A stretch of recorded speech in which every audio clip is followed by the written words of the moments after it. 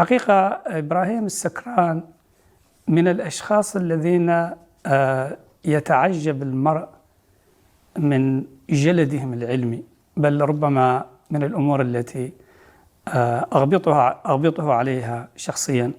ونبهني على ذلك في البداية أحد الدعاة السعودية ومن أهل العلم والفضل، ولكن قال كلمة مرة في إحدى محاضراته، قال: ما أستصغر نفسي مثل ما أستصغرها حين أقرأ للشيخ إبراهيم السكران في مستوى الجلد العلمي والبحث والتنقيب.